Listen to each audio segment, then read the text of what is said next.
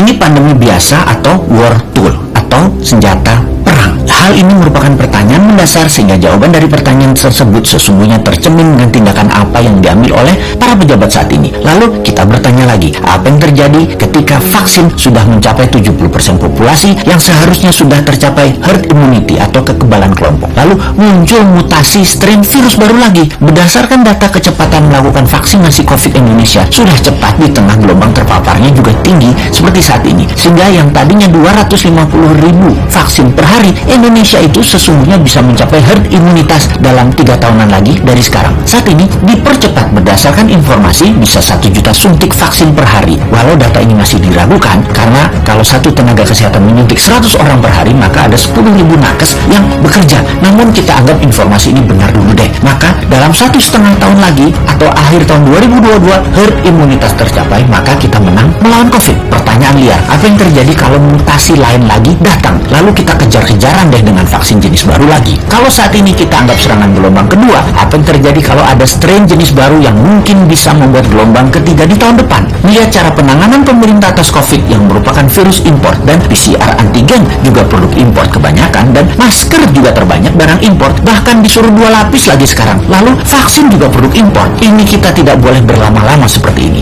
Apa nggak kita balik aja sebaiknya? Inilah masa di mana produk lokal, misalnya masker, harusnya merupakan 90% masker yang beredar di Indonesia saat ini adalah buatan lokal. Antigen tes lokalnya harus 100%. Vaksin lokal harus 50%. Atau obat peningkat imunitas yang lokal harus digenjot. Agar kalau virus mutan lagi, kita nggak terus bergantung impor yang akan membuat ekonomi negara digerogoti uang keluar atau flight capital. Sudah cara bernegaranya membatasi uang beredar menjadi tipis di tanah air, uang tadi ditarik keluar dengan berbagai kebutuhan impor dan tunai di tanah air harus hidup dengan pinjaman dolar asing dan yuan. Rupiah kok jadi nggak berdaulat ya? Pastinya karena kebijakannya terlalu impor. Walau bisa terlihat benar karena semuanya dalam keadaan darurat, tapi kalau bernegaranya daruratnya berkepanjangan seperti ini, sebenarnya bisa nggak masuk kategori salah kelola atau mismanagement bernegaranya. Lebaran tahun 2020 nih ya, kita nggak boleh mudik, pulang kampung, mudik apalah itu. Lalu tahun 2021 berlaku lagi, nggak boleh mudik lagi.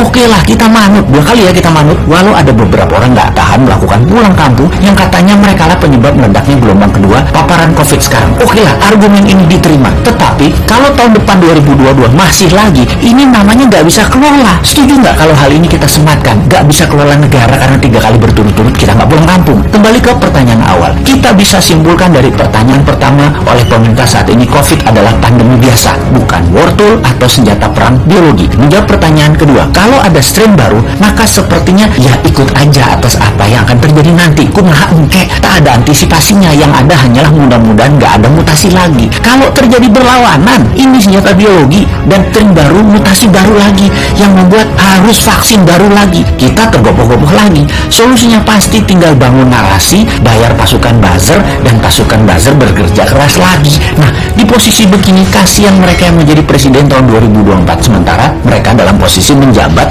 yang ternyata salah semua pengelolaan pandemi dan ekonominya. Pasti kena imbas negatifnya mereka karena mereka juga bagian dari ketidaktepatan kelola pemerintah pusat dan daerah.